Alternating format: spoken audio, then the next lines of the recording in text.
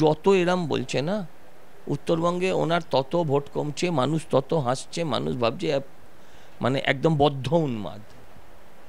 কিসের drone? Drone তো রোজই ওড়ে এখন কলকাতার আকাশে। পাকিস্তানি ড্রোন হলে এত দূর ঢুকতে দিত না মোদিজি, এটা ভরসা আছে। ও তো কেউ কারোর মুখ দেখে না, এমন সব 9 জনের কমিটি তৈরি করা হয়েছে, যে কমিটিতে কেউ কারোর মুখ দেখে না, সবাই সবাই মৃত্যু কামনা করে।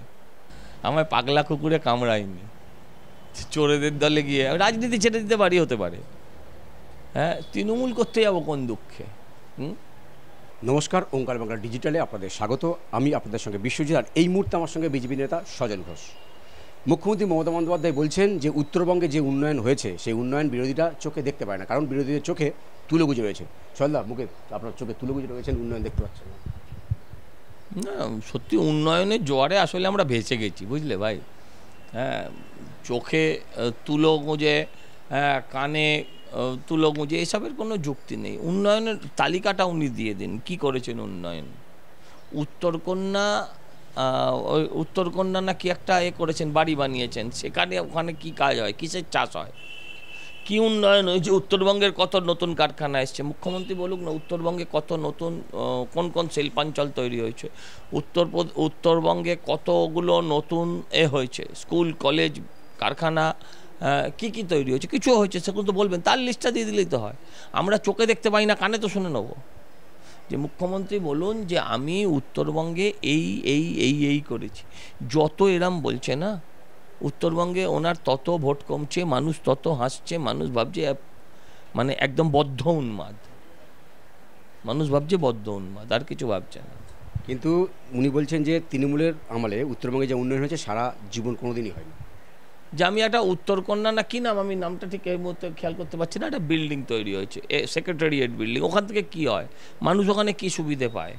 উত্তরবঙ্গে নতুন কটা চা বাগান খুলেছে, কোন চা বাগানগুলো খুললো? উত্তরবঙ্গে কোন কোন নতুন কোম্পানি এলো, আদানি আম্বানি কারা এলো?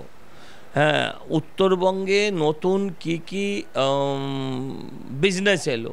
উত্তরবঙ্গে নতুন কটা স্কুল কলেজ খুললো?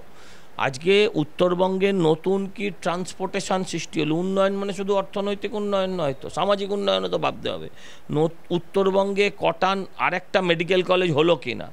উত্তরবঙ্গে আরেকটা নতুন বিশ্ববিদ্যালয় তৈরি করা হলো কি না? আজকে উত্তরবঙ্গে ধরুন, যদি জলপাইগুড়ির ইন্টেরিয়ারে একটা মানুষ বা কোচবিহারের ইন্টেরিয়ারে একটা মানুষ রাত্রিবেলা অসুস্থ হয়, তাকে শিলিগুড়ি আনতে গেলে কতক্ষণ সময় লাগে, আর শিলিগুড়ি থেকে কলকাতা শহরে আনতে গেলে কতক্ষণ সময় লাগে? এইগুলো ব্যাখ্যাগুলো দিন না মুখ্যমন্ত্রী, আর তো কিছু চাইছি না। মুর্শিদাবাদের তদন্ত রিপোর্ট জমা পড়েছে হাইকোর্টে। বলা হচ্ছে যে ওখানকার তৃণমূল যে কাউন্সিলর মেহবুব, ওনার নেতৃত্বে হয়েছে, পুলিশ নিষ্ক্রিয় ছিল। ও সব মেহবুবরাই এক, এটাই প্রমাণ হচ্ছে সব মেহবুবরাই এক। মেহবুবও যে ছিল, ওখানকার এমএলএও ছিল, তাদের নেতৃত্বে পুরো জিনিসটা, ঘটনাটা ঘটেছে। এ তো আমরা আগেই বলেছি, হাইকোর্ট সেই কথাটাকে মান্যতা দিয়েছে মাত্র। আমরা যে কথাগুলো বলেছিলাম যে ওখানকার কাউন্সিলর এমএলএর নেতৃত্বে এই ধরনের ঘটেছে ঘটনা, সেই কথা যে কতটা খাঁটি সত্যি ছিল, সেটা আরেকবার প্রমাণিত হলো। দিদি বললো আরএসএস বিজেপি করেছে। আরে ওর কথা ছাড়েন তো, কত টেম্পারেচার এখন, আজকাল কত টেম্পারেচার যাচ্ছে? 36। এখন যা বলছে আরও 4 দিন বাদে জুলাই মাসে দেখবেন আরও বাঁট বকবে। আবার যত দুর্গাপুজো এগোবে টেম্পারেচার কমবে, দেখবেন আস্তে আস্তে সুস্থতা লক্ষণ প্রকাশ পাবে। এই কথার কি উত্তর দেবো আমি? অভিষেক বন্দ্যোপাধ্যায় জাপানে যাচ্ছেন প্রতিনিধি দল হয়ে, কিন্তু ইউসুফ পাঠানের কিন্তু না বললেন কেন? পাঠানকে দিয়ে পাঠান বিরোধিতা করতে চাইনি, এটা হতে পারে। তারপরে হচ্ছে পাকিস্তান বিরোধিতা করা তৃণমূলের জন্য কঠিন। আদৌ শেষ অবধি কী হয় আমার না আচানো অবধি বিশ্বাস নেই, কারণ তৃণমূলের পক্ষে পাকিস্তান বিরোধিতা করাটা খুব একটা সহজ নয়। কারণ প্রো পাকিস্তানি দল, পাকিস্তানের কখনো পার্লামেন্টে, কখনো তাদের ব্যুরোক্র্যাটসরা বিভিন্ন সাংবাদিক সম্মেলনে বারবার মমতা বন্দ্যোপাধ্যায়ের নাম নিয়ে থাকেন, সিপিএমের নাম নিয়ে থাকেন, কংগ্রেসের নাম নিয়ে থাকে, যে পাকিস্তান প্রেমী রাজনৈতিক দল, পাকিস্তান প্রেমী প্রভাবশালী ব্যক্তি কারা, তখন এই নামগুলো আছে। তাদের মুখ দিয়ে পাকিস্তান বিরোধিতা করলে এখানে যারা প্রো পাকিস্তান ভোটার আছে তৃণমূলের, যাদের ভোটে তৃণমূল আজকে ক্ষমতায় বসেছে, হ্যাঁ, তারা অন্তত কোনোভাবেই তৃণমূলকে আর সমর্থন করবেন না, এই ভয়টা পাচ্ছেন। কলকাতার আকাশে ড্রোন দেখা যাচ্ছে, আপনি কি ভয় পাচ্ছেন? কিসের ড্রোন? ড্রোন তো রোজই ওড়ে এখন। কলকাতার আকাশে পাকিস্তানি ড্রোন হলে এত দূর ঢুকতে দিত না মোদিজি, এটা ভরসা আছে। আমরা এর থেকে, ড্রোনের থেকে পশ্চিমবঙ্গের যে দ্রোণাচার্যের রাজত্বে আছি সেটাতে আমরা বেশি ভয় পাই।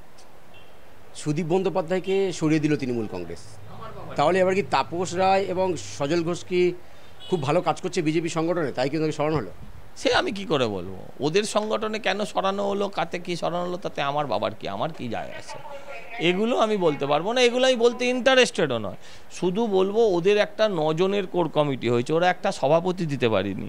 তো এইবার যে 9 জনের কোর কমিটির যখন মিটিং হবে, তখন একটা যেন ভালো মতন ওখানে একটা হেভি ফোর্স দেওয়া হয়, পুলিশের যেন একটা ভালো ফোর্স দেওয়া হয়, না তো ওই 9 জন তো একে অপরকে মারবে। ও তো কেউ কারোর মুখ দেখে না, এমন সব 9 জনের কমিটি তৈরি করা হয়েছে, যে কমিটিতে কেউ কারোর মুখ দেখে না, সবাই সবাই মৃত্যু কামনা করে। হ্যাঁ, তো সেখানে আর আমি এইটা নিয়ে কি বলবো, আমার কিছু বলার নেই। এটা অনেকে বলছেন সুদীপ বন্দ্যোপাধ্যায় যেহেতু সরে গেলেন, এবারে সজল ঘোষ হয়তো তৃণমূলে ব্যাক করতে পারে। কারা বলছে? সকালে বলে না রাতে বলে? রাতে কথার উত্তর দিই না আমি, সব লোকের রাতের কথার আমি উত্তর দিই না। আমায় পাগলা কুকুরে কামড়ায়নি, চোরেদের দলে গিয়ে রাজনীতি ছেড়ে দিতে পারি, হতে পারে। হ্যাঁ, তৃণমূল করতে যাবো কোন দুঃখে?